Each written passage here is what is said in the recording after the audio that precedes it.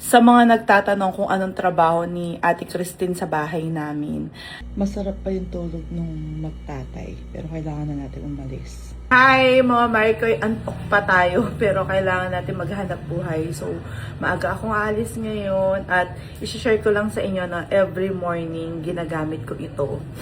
Itong Hydra Serum ng Beauty Derm. Skin brightening serum nga pala ito. Actually, minsan hindi ko siya inaaraw-araw. Parang thrice a week, ganun yung ginagawa ko. Tapos ina-alternate ko dun sa isa nilang serum. At in fairness naman, simula ginamit ko ito, nakatulong siya. Kita na may resulta. Wala akong makeup dyan. Ayan yung mukha ko. Hindi na siya mukhang haggard talaga. Oh, umaga pa lang. Madungis na yung kasama namin. Naglalaba siya.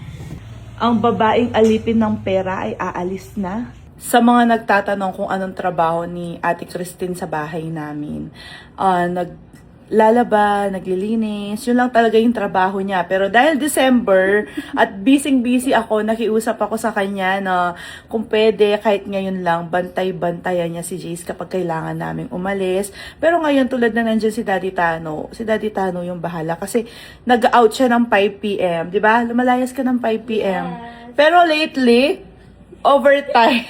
Lagi siya may overtime. Kasi nga, katulad kahapon, nagbiyay kami. Anong oras nakabalik si Daddy Tano? 7 PM. So, pagkadating ni Daddy Tano, umalis na daw siya ng mabilis. Lumayas na ako. Tanungin natin siya, nung hindi December kung anong trabaho niya dito. Pagdating niya ng bahay, Linis. may madadatnan ka, girl? Wale. Eyes only. Kasi dumadating siya dito ng 8, umaalis kami ng 7, papunta sa school ni Jace. Kaya, ang binabantayan niya, si Ice. May dala akong tripod kasi magla-live ako ngayon. Nasira yung tripod nila sa store. Welcome sa Magalang na sobrang traffic na din.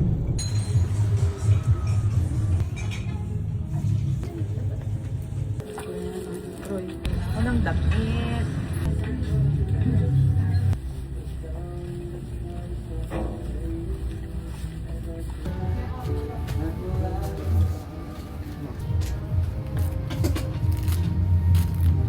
Nasa store ako hanggang mamayang gabi kasi last Saturday ito bago Pasko. Tapos napakadami naming dumating na stocks. Ayan mga Marikoy, kumpleto. Lahat tops, bottoms, dress, cohorts, napakadami. Ayan.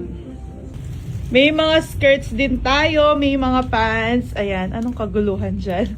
Ang ginagawa yung kaguluhan dyan? Mga naman. Talaga nagsabay pa sa pagkain o kumakain sila. Sana all naka-chowpan. Tapos kakain na din ako. Ipalitin natin mga suit ng maniking mamaya. Ang gandang tignan, full stock, walang tao kasi lunchtime kaninang dami. Hindi ako makapag-video. Tapos na ako mag-live, tapos na ako mag-flex ng mga bago namin. Dahil kumakain na sila, kakain na din ako. Nagpo-order ako dito sa paborito naming kainan dito sa May Magalang. At meron akong beef broccoli. Sabi ko madaming broccoli yung gusto ko.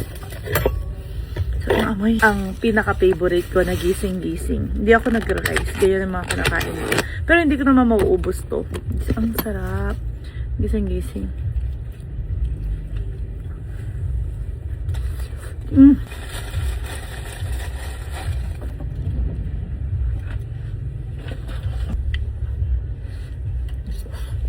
Tok tok tok tok tok tok tok tok. Again.